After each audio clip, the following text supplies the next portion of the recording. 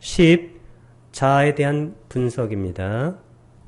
중론 18장 관법품에서는 어떤 법도 자아가 아니며, 그래서 이런 것을 중론에서 뭐라고 할까요? 공이라고 합니다. 공. 그 어디에도 자아는 존재하지 않는다는 사실을 논증하는데, 그게 뭐냐면 공을 논증하는 것이다. 만일 자아가 오온이라면, 이 오온이라는 것은 뭐냐면 오온은 하나의 과정이에요. 왜 오온이 과정일까요?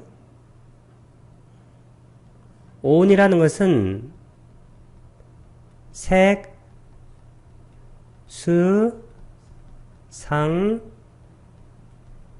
행, 식인데,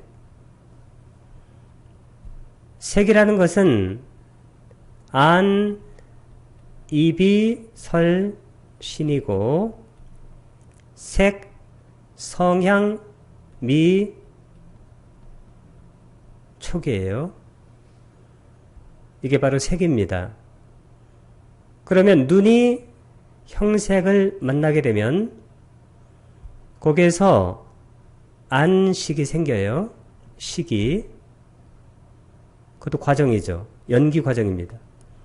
그러면 눈과 색과 식이 촉해서 그 다음에 생기는 것이 느낌이잖아요. 수. 느낌 다음에는 상.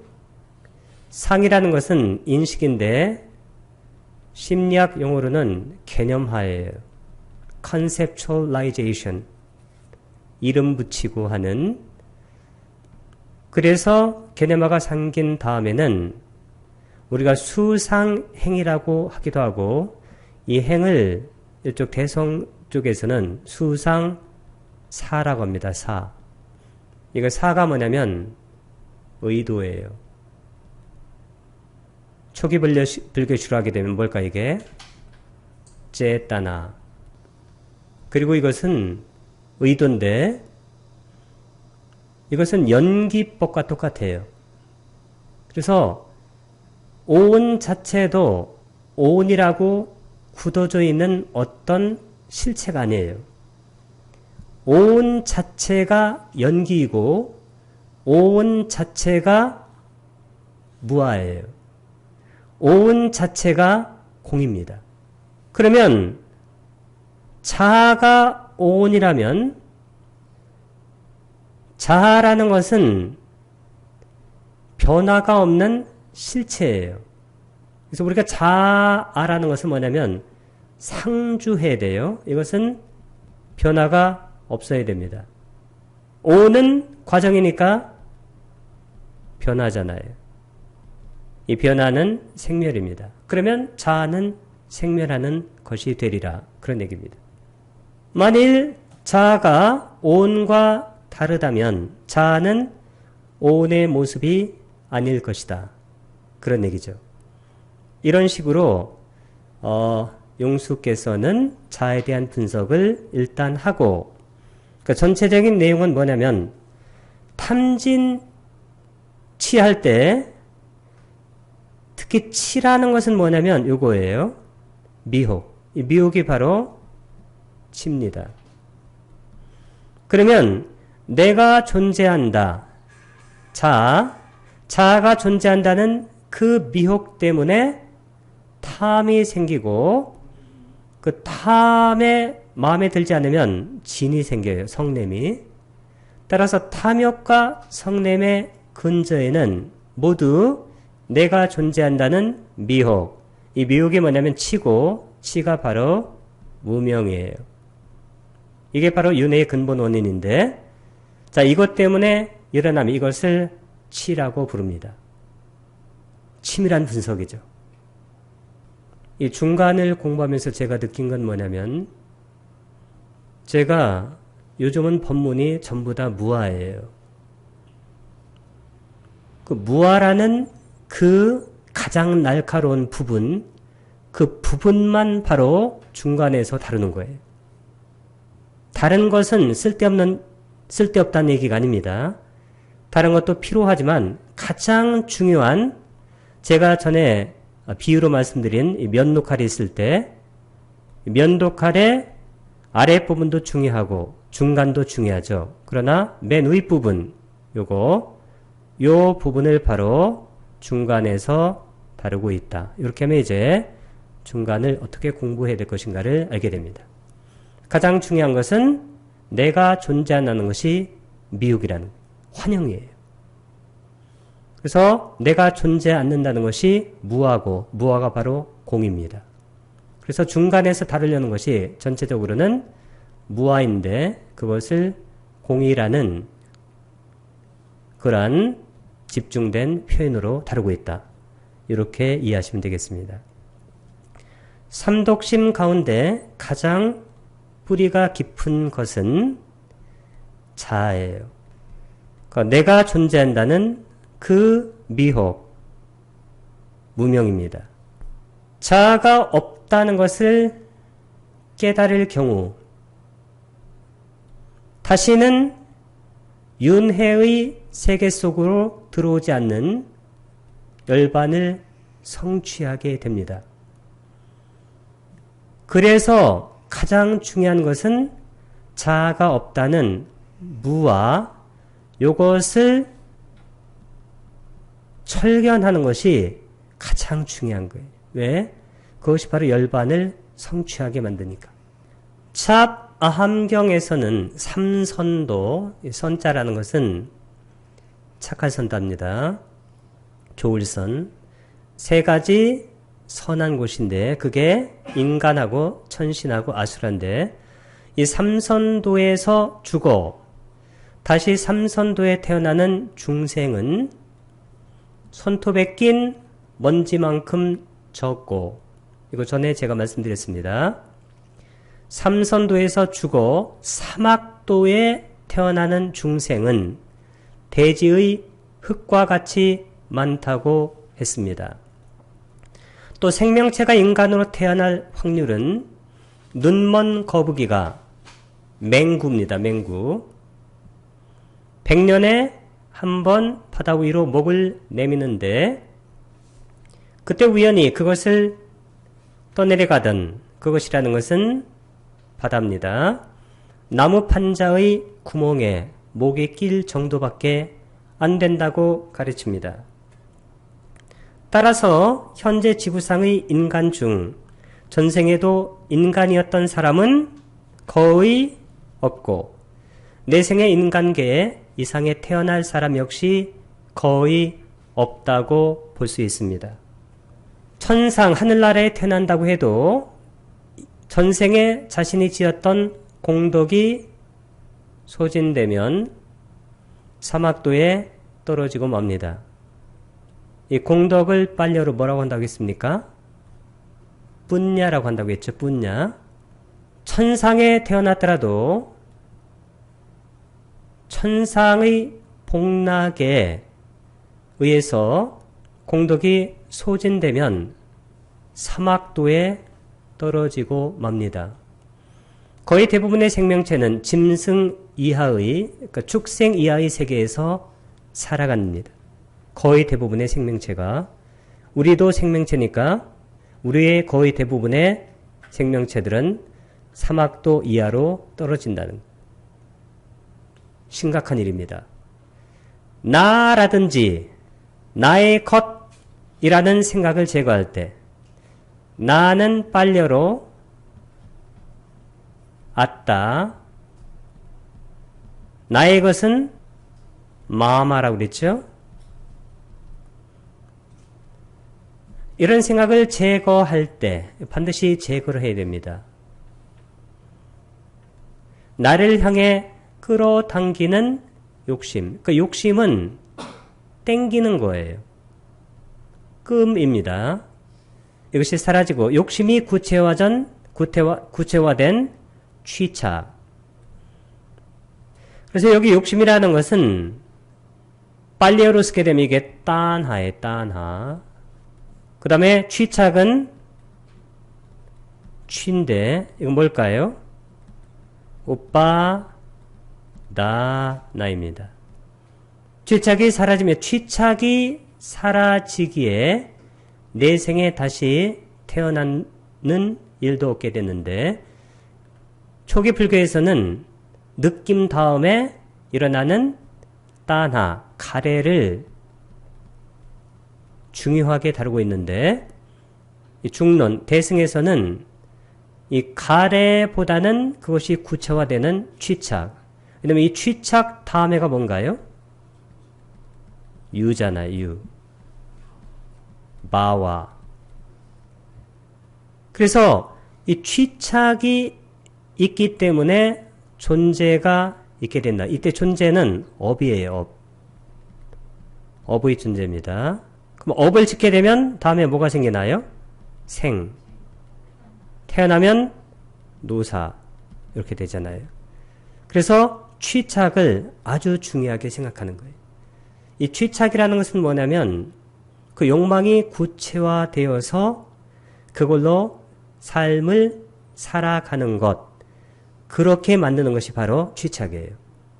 그렇게 살아가는 것은 유예요, 존재. 그러니까 살아가는 것이 업이 돼요. 그 업을 지니까 태어나게 되고 태어나면 죽게 된다는 거예요. 사라지면 취착이 사라지기에 내 생에 다시 태어나는 일도 없게 된다. 이것이 불교에서 말하는 깨달음의 과정이에요. 깨달음도 과정이고 오온도 과정이고 마음도 과정이고 법도 과정. 전부 다 프로세스입니다. 과정이에요. 가장 중요한 것이 뭐냐면 내가 없다는 것, 무아를 반드시 먼저 이치적으로 깨우쳐야 돼, 이것을. 그리고 그 무아의 바탕 위에서 욕심, 가래, 그리고 욕심이 구체화된 취착을 사라지게 할 때, 그 다음에 존재가 없게 되고, 그래서 업을 짓지 않게 되고, 그래서 생노사가 없게 되는 것이기 때문에 가장 중요한 존재는 무아입니다.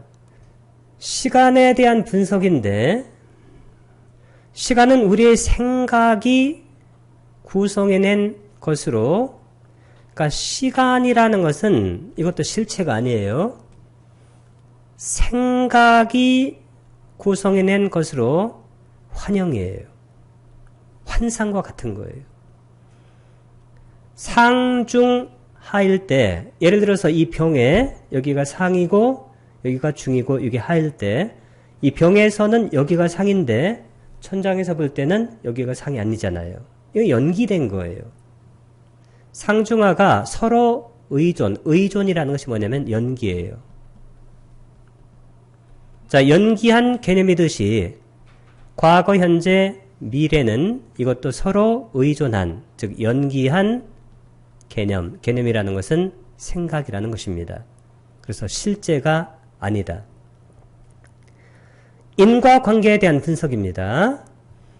다른 모든 개념들의 실체성을 비판하듯이 이 실제성이라는 것은 아까 자성이라고 그래요. 자성.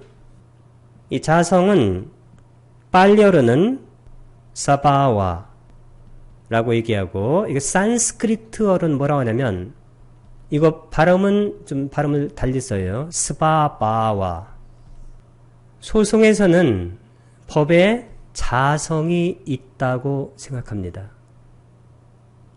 스스로의 어떤 본성이. 그것을 대승에서는 비판하게 되는 거예요. 실제성.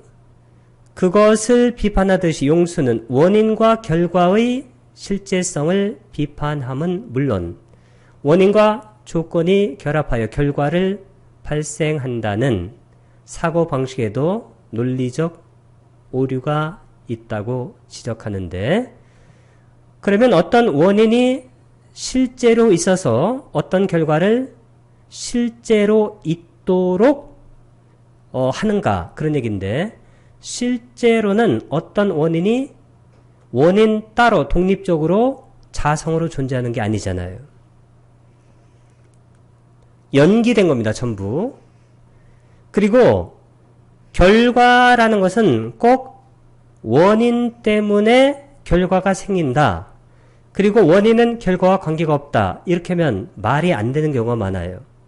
그것을 용수는 뭐라고 그랬어요? 장작하고 불의 관계로 설명을 했어요. 만약에 우리가 장작이 실체로 있고 불이 실체로 있다고 생각하면 장작은 항상 장작이 되어야 돼요. 근데 장작이라는 것은 우리가 장작으로 쓰려고 하다가 석가래가 모자라서 집을 질 때 석가래로 쓸 수도 있잖아요. 이때는 장작이 아닙니다. 그래서 결과를 무시하고 원인이 실제로 있다고 하는 그 논리에 오류가 있다는 것을 지적한다는 거예요. 굉장히 예리한 지적입니다. 열애에 대한 분석입니다. 열애라는 것은 따타갔다 진리로서 오신 분을 의미하는데, 그러나 열애라는 이 말에는 자성이 없습니다. 실체, 자성이라기도 좋고 자라도 괜찮습니다. 이 세상도 당연히 실체, 자성이 없죠.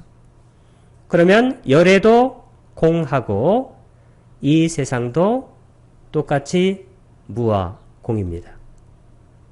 그래서 어떠한 것을 언어로 표현하게 되면 그 언어가 갖는 결함이나 오류성 때문에 그 자체는 자성이 없고 공하다, 무하다, 그런 얘기입니다.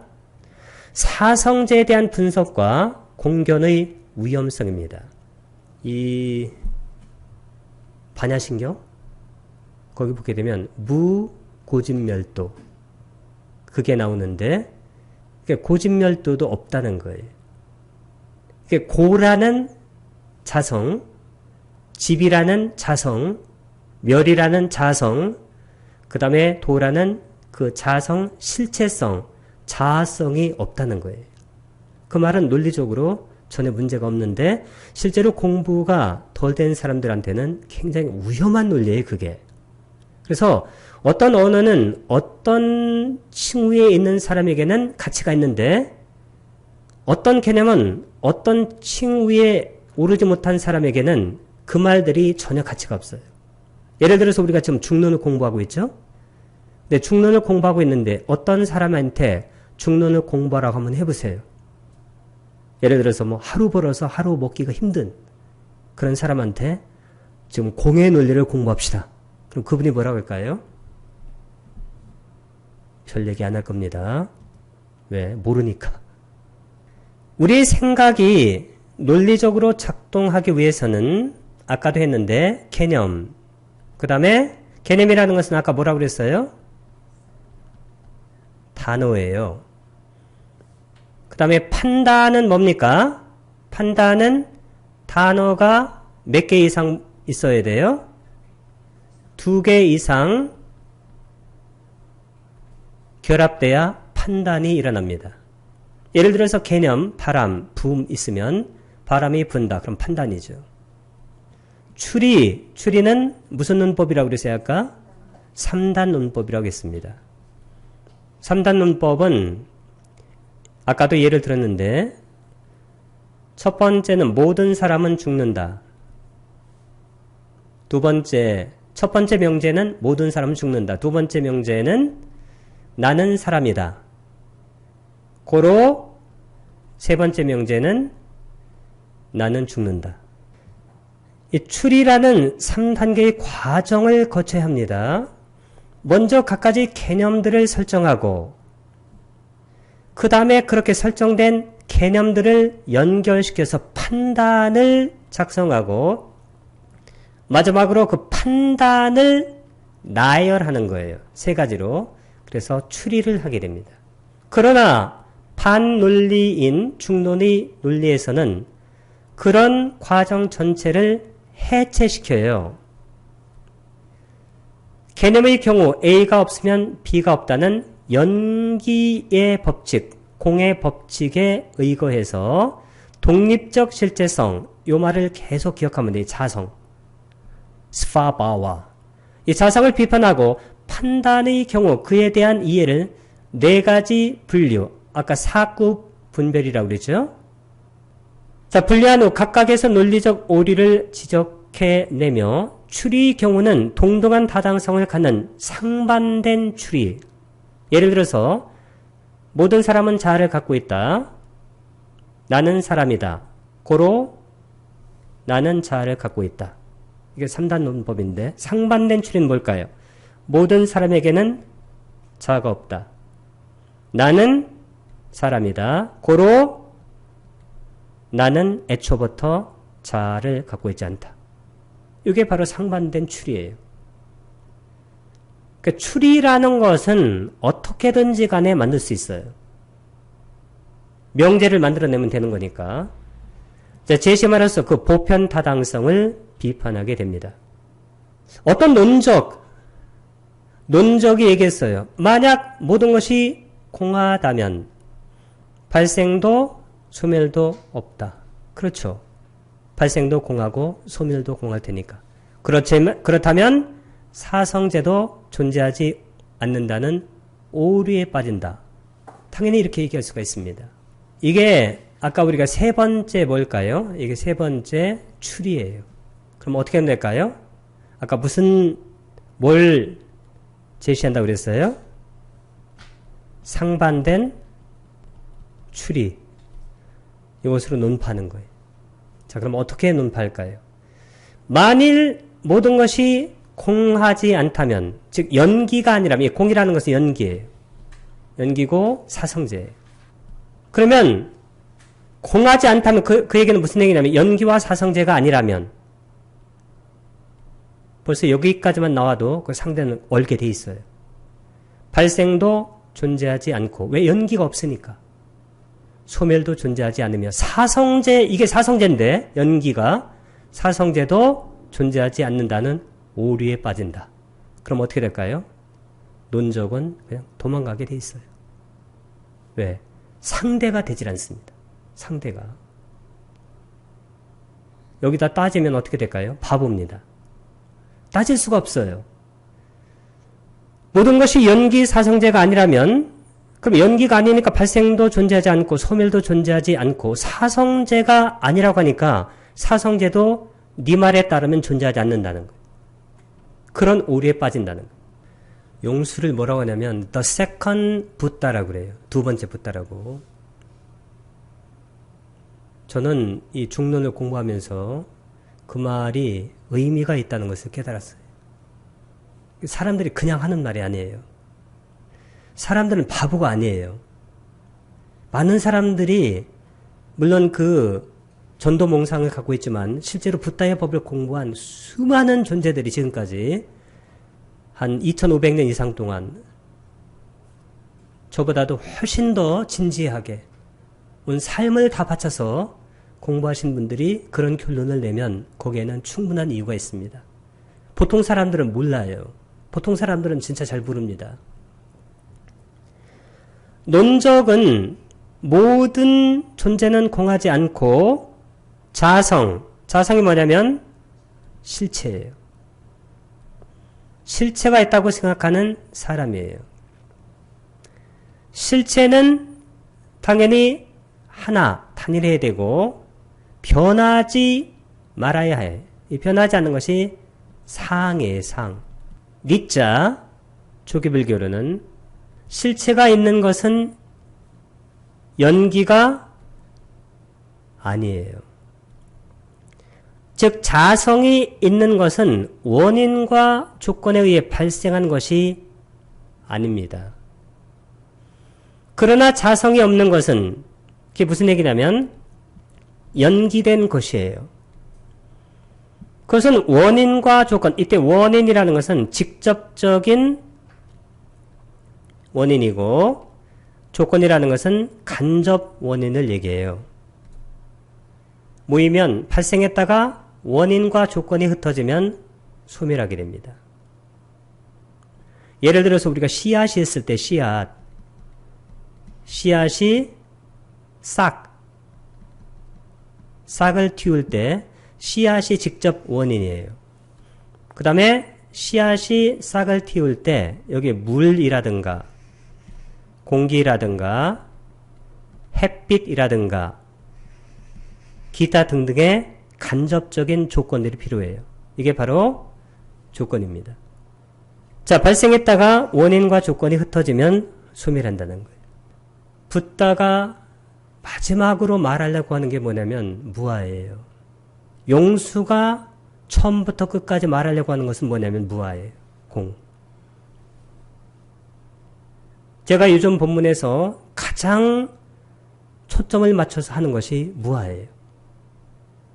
모든 부처님들께서는 이제에 의해 설법을 하십니다. 첫째는 속제이고 둘째는 진제예요. 설하신다는 거예요. 이게 중론 24-8에 나옵니다. 이제라는 것은 두 가지 진리란 의미로 상식에 부합하는 진리. 여기는 중론에서 다루지 않습니다. 이것은 중론에서 다루지 않아요. 의미를 속죄와 있는 그대로의 참된 진리. 이게 뭐냐면 이게 연기, 이게 사성제, 이게 무아, 이게 공. 그럼 여기가 어딜까요? 여기? 이 진제. 이 진제가 바로 중론에서 다루는, 중간에서 다루는 논리예요. 그러니까 중간에서 다루는 진리입니다. 그러니 보통 사람들이 이 진리를 이해한다는 것은 쉽지 않은 일이다. 그런 생각이 듭니다. 속죄는 대승에서 가장 비판적 시각으로 보고 있는 분별의 토대를 둔 가르침이고 그런 가르침이고 진제는 그러나 이 분별도 속죄의 가르침에서는 아주 훌륭한 가르침이죠. 진제는 모든 것의 실체를 해체시키는 거예요.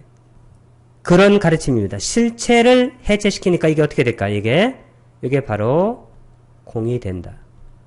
제가 전에 어떤 생각을 한동안 많이 했냐면 이 붓다의 가르침을 뭐 하나를 정확하게 깨달으면 다 알 것 같아요. 하나를. 그게 뭔가 있을 거라는 생각을 제가 굉장히 오래전에 한 적이 있어요.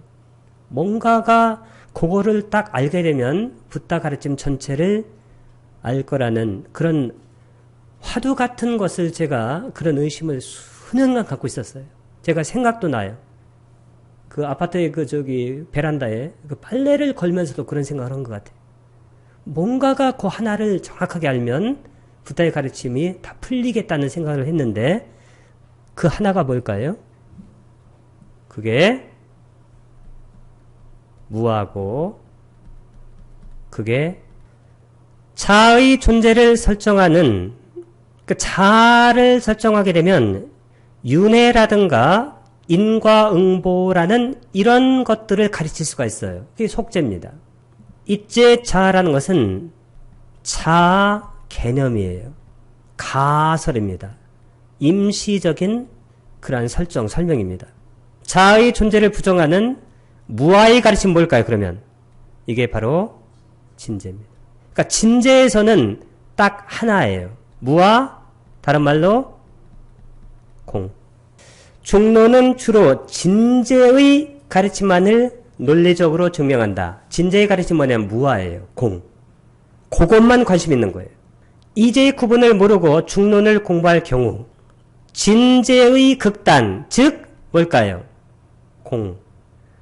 공의 극단에 치우쳐 허무주의, 공견이라고 그래요. 여기에 빠질 수도 있어서 위험할 수가 있다.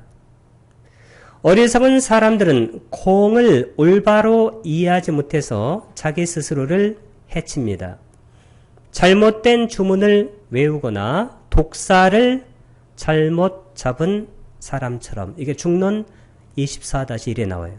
그래서 이 공의라는 것은 공부가 충분히 된 사람들이 이 가르침을 딱 듣게 되면 듣는 순간 해탈하게 돼요. 어떤 곳에서? 자기가 집착하는 어떤 것에서. 어리석은 사람은 공견에 빠져, 이 견할 때 이 견이라는 것은 사견을 나타내요. 사견. 디티. 허무주의자가 되어 속죄를 무시할 경우 가치 판단이 상실되어 막행막식하는 폐인이 될 수 있다는 것. 모든 것의 자성을 부정하는 공의 진리는 마치 음식에 넣는 무엇과 같을까요? 소금. 훌륭한 비유입니다. 적절히 넣으면 음식의 맛을 내는데 귀하는데 너무 많이 넣으면 음식을 망쳐버립니다. 모든 분별을 해체하는 진재와 분별에 의해 불교적 세계를 구축하는 속죄가 함께 하는 것이 올바른 불교 신행의 모습이다. 그래서 우리가 분별할 때는 분별하고 이것을 해체시킬 때는 해체를 할 수 있는 그러한 아주 융통성 있는 집착하지 않는 그런 마음이 필요하다는 겁니다. 부처님께서는 갖가지 세계관에서 이 세계관을 견해라고 그러는데 이 견해를 일반적으로 이 대승원에서는 취라고 그래요. 취. 아까 우빠다나. 이 우빠다나는 빨리하고 산스크리트어가 똑같아요. 우리가 자기가 갖고자 하는 어떤 견해를 가지고 그것을 가지고 존재를 살아가게 만드는 세계관. 그 세계관에서 벗어나게 하시려고 공의 진리를 말씀하셨다. 그러나 만일 공을 자신의 세계관으로 삼는 자가 있다면 어떤 부처님도 그런 자를 구제하지 못하신다는 거예요. 이것은 세계관으로 삼을 수 있는 그러한 개념이 아니라는 거예요. 그래서 우리가 단계별로 어떤 때는 어떤 때에 맞게 어떤 것을 이해하고 다른 때는 다른 것에 맞게 다른 것을 이해하는 그런 유연한 마음이 필요하다는 거예요. 공이란 마치 빨래 비누와 같습니다. 때로 얼룩진 옷을 빨 때 비누를 이용하여 때를 지운다. 그러나 때가 지워졌다고 해서 빨래가 다 끝난 것은 아니죠. 때를 지우기 위해 사용했던 비누기, 이 비누기를 말끔히 헹구어 내야 합니다. 우리의 사고방식에 낀 망상분별의 때를 씻어내기 위해 공의 가르침에 의지하지만 그런 공의 가르침에 집착해서는 안 된다. 공의 진리는 우리가 분별을 부수고 들어갈 때 만나게 되는 세상의 참 모습이에요. 세상의 참 모습은 이게 연기, 그리고 사성제, 그리고 무아, 그리고 공. 이 표현을 꼭 익히세요. 연기, 사성제, 무아, 최종적으로 공. 이기도 하지만 그와 똑같이 우리가 체험하는 삼라만상을 가능하게 하는 또 진리예요. 우리들은 연기를 공성이라고 말합니다. 그래서 연기, 사성제, 무아, 공. 다 풀리죠? 다 풀립니다. 제가 굉장히 오랫동안 화두로 갖고 있었던 그 열쇠를 어느 순간 찾았어요. 아비담마를 공부하다가. 그 다음에는 아비담마가 이해가 돼요. 그 전에는 몰라요. 복잡하기만 하고. 그것은 공성은 의존된 가명이에요. 이것도. 임시적 명칭입니다. 그것은 실로 중도입니다. 그래서 여기다 하나 더 붙이면 어떻게 될까요? 이거예요. 연기, 사성제, 무아, 공, 그 다음에 그 유명한 중도. 이렇게 하면 이제 전체적으로 무슨 말인가를 이해할 수가 있습니다. 12연기 전에 다 했잖아요. 그 읽으면 알아요, 이제. 여기를 한번 잘 들어보세요. 12연기에 대한 소개입니다. 총 27장으로 이루어진 중론 대부분에서 용수는 아비다르마 교학을 비판하면서 우리의 분별적 사유를 해체하는 중간 논리를 구사하는데 유독 26장 관 12인연품 12연계에 대한 분석에서만 중간 논리를 전혀 구사하지 않고 불교 교리에 대해 철저하게 분별적으로 해석하고 있다. 12연기는 손을 못 대는 거예요. 아비다르마 교학에 대한 중론의 비판은 아비달마 교학을 전적으로 부정하기 위한 것이 아니에요. 아비달마 교학을 대하는 잘못된 태도, 즉 실체론적 태도, 자아적 태도라고 우리가 자아적 태도를 시정하는 데 그 목적이 있었기에 12연기설을 포함한 아비달마적 모든 가르침은 불교를 이해하고 수행하는 데 사용되는 도구적, 이 도구적이 뭐냐면 방편적이에요. 교설로서 소중한 가치를 갖는다. 지금 살아있는 모든 생명체들은 여기서 설명하려고 하는 것은 뭐냐면 이런 것을 뭐라고 해요? 분단연기라고 그래요. 분단연기. 어떤 한 생명체의 과거생, 현재생, 미래생을 다루는 그러니까 과거, 현재 분단됐잖아요. 그다음 미래. 그런 연기를 분단연기라고 얘기합니다. 지금 살아있는 모든 생명체들은 이 세상이 돌아가는 이치를 모르는 어리석음, 무명. 이 무명이 뭘까요? 자아가 있다고 하는 거예요. 사견이에요. 그리고 무아를 모르는 거. 그 무명 때문에 무수한 전생 동안 갖가지 업이 바로 쌍카라, 행위잖아요. 그리고 그런 업들은 하나하나가 씨앗처럼 응결돼요.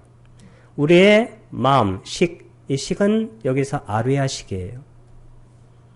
그러니까 8저장식 저장됐는데 우리가 전생에 죽었다가 현생에 다시 태어날 때 이런 업의 씨앗들을 가진 식이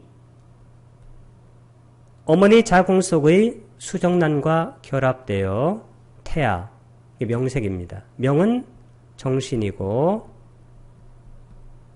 색은 물질입니다. 물질은 색, 정신은 수상형식. 이 식은 사망과 탄생의 중간에 있는 존재란 의미에서 중음신이라고 불리기도 합니다.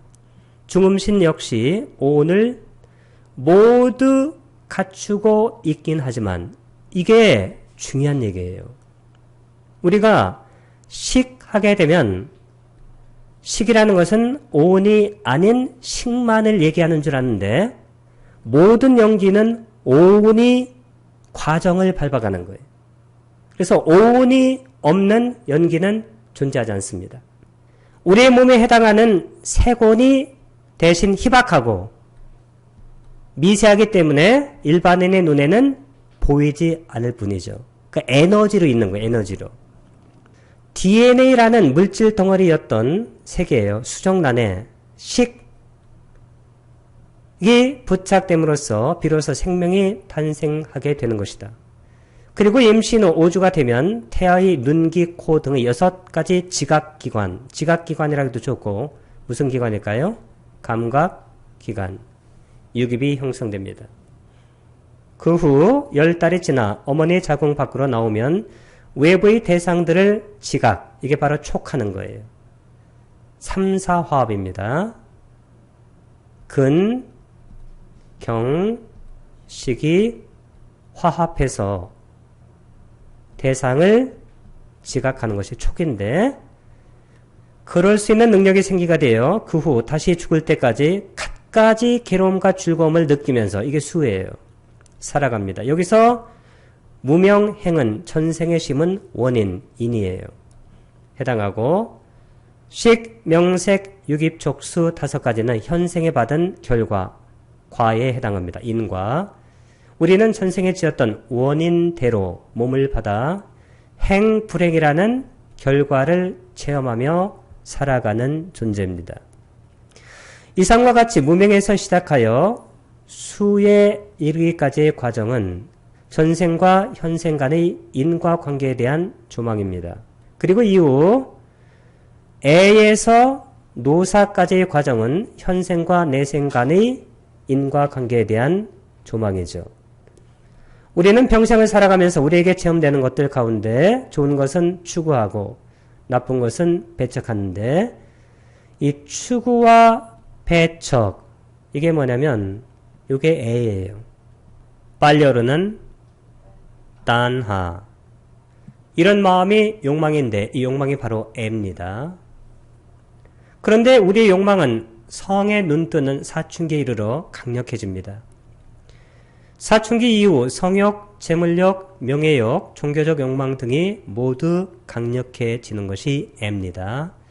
욕애라는 것은 감각적 욕망에 대한 애착, 유애라는 것은 존재에 대한 가래, 무유애라는 것은 존재하지 않음에 대한 가래. 그리고 구체적인 세계관이나 종교관의 틀, 이게 세계관, 종교관 이것이 바로 취예요. 욕취가 뭐냐면 감각적 욕망에 대한 취착, 견취는 사견에 대한 취착, 개금치는 의례와 의식에 대한 취착, 아어치는 뭘까요? 자아가 있다는 어는 이론이에요.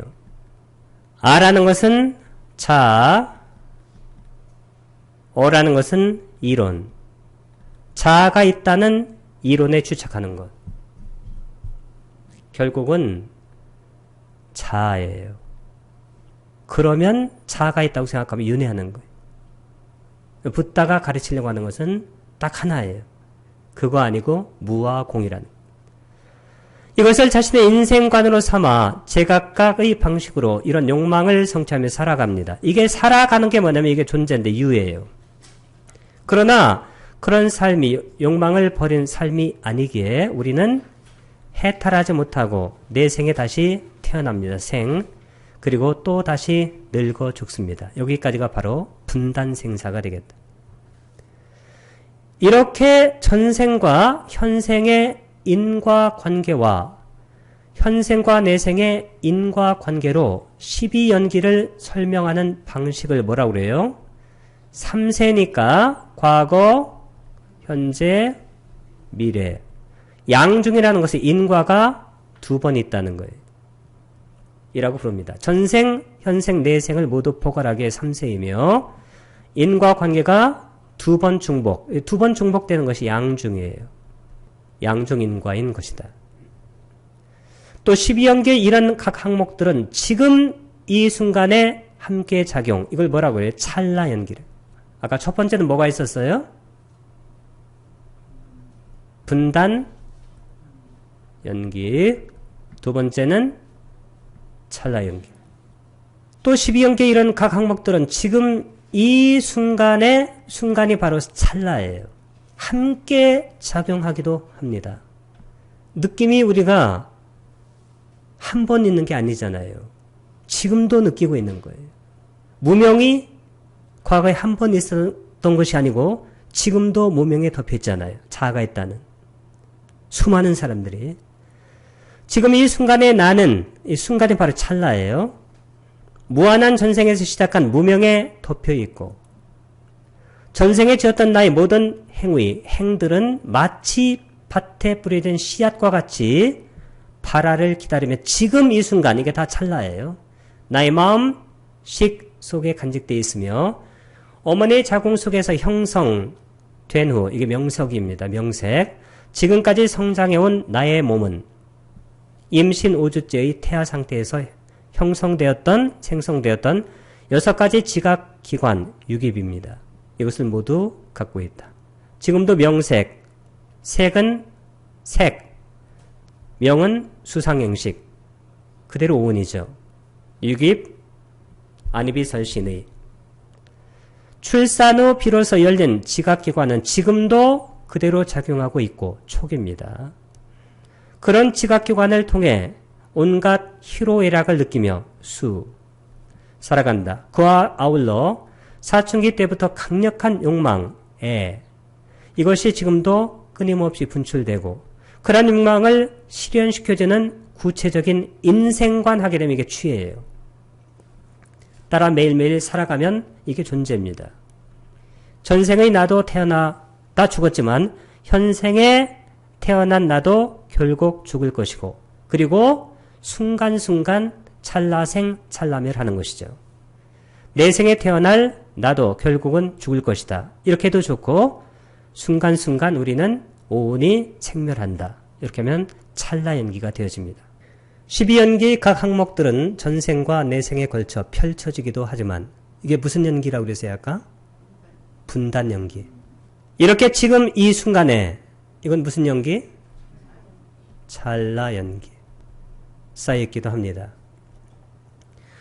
윤회의 세계에 들어오지 않기 위해서는 취를 제거해야 돼요.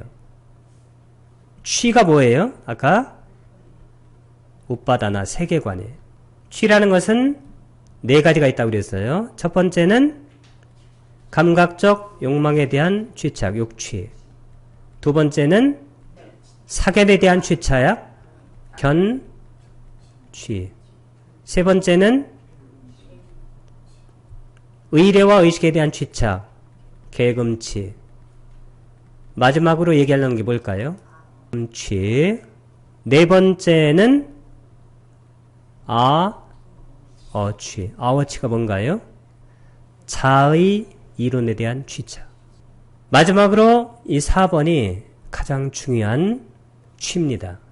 이걸 제거해야 돼요. 왜냐하면 취에 의존하여 3계를 초래하는 유가 뭐냐면 존재인데 특정한 방식으로 살아가는 업을 짓는 거예요. 그러니까 있기 때문이다.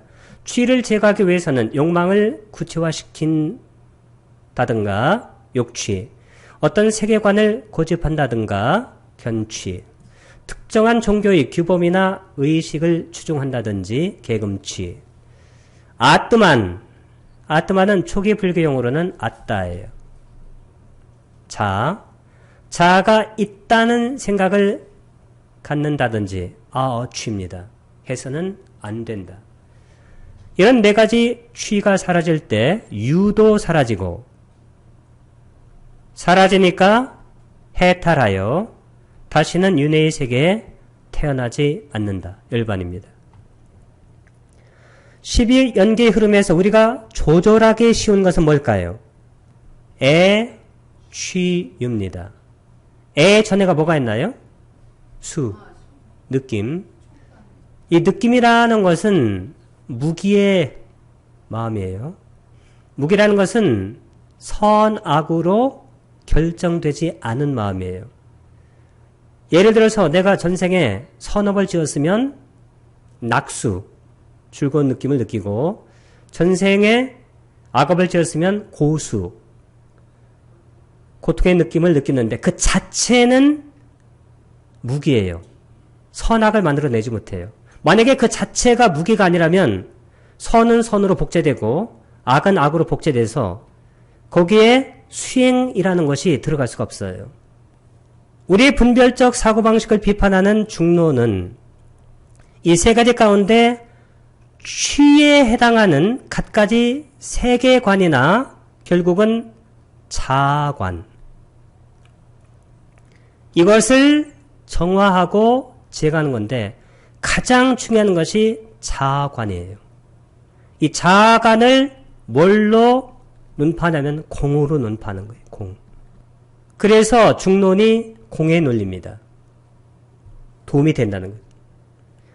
취를 제거하지 못하면 취라는 것은 뭐냐면 자아관이에요. 우리는 삼계를 추리하는 삶이에요. 업을 짓는 거예요. 삶 자체는. 결국 노사를 되풀이한다. 온 우주 가득히 존재하는 무한수의 생명체가 끝없는 삶과 죽음을 되풀이하는 윤회의 세계에서 60억 명 정도에 불과한 인간으로 태어나는 일은 눈먼 바다 거북이, 나무 판자를 만나는 맹구 우목 비유에서 가르치듯이 지극히 희귀한 일입니다. 현생에 아주 착하게 살지 않은 이상 전 인류의 대부분은 내생에 짐승 이하의 상태로 태어난다. 이 말을 부탁해서 했을까요? 안 했을까요? 하셨습니다. 짐승의 삶이 생명의 세계에서 평균적 삶이에요. 이런 절대적 고에 대한 자각, 절대 고예요. 깊을 때 우리는 다시 태어나지 않는 열반을 희구하게 되는데 그 열반을 희구할 때 가장 중요한 게 뭐냐면 무아예요. 무아. 그리고 공입니다. 다시 태어나지 않는다는 것은 다시는 12연계의 12가지 사슬입니다. 이게 되풀이하지 않는 것을 의미합니다. 윤회에 대한 잘못된 견해에 대한 분석인데 이 부탁에 와가지고 많은 사람들이 형이상학적이라는 것은 뭐냐면 이게 철학적이라는 거예요. 철학적이라는 것은 일반적으로 기원을 많이 물어요. 기원. 우주가 어떻게 시작됐는가? 나는 어떻게 생겨났는가? 죽어서 어떻게 되는가? 그러면 부탁에서는 침묵해. 이때 침묵을 묵이라고 그래요. 또. 침묵이 끝난 후에 그러니까 이런 형이상학적 질문에는 대꾸를 하지 않는 거예요. 침묵이 흐른 후에 어떻게 될까요? 연기의 가르침. 연기가 뭐라고 그랬어요? 사성제. 사성제가 무아. 무아가 공. 공이 중도. 연기와 사성제와 연기 삼법이니 무상고 무아잖아요. 이거 제가 아까 말씀드린 거 다 나왔네요. 12연기, 연기, 사성제, 삼법이니 무아. 부처님이 가르치려고 하는 것은 여기에요. 연기, 사성제, 무아. 이것을 용수의 중간에서는 공, 중도로 발전하게 됐는데 일반적으로 중도라는 것은 이것을 말하는 게 아니고 초기불교에서는 8정도를 중도라고 그래요. 이게 대승으로 와가지고 공을 중도라고 하게 된 겁니다.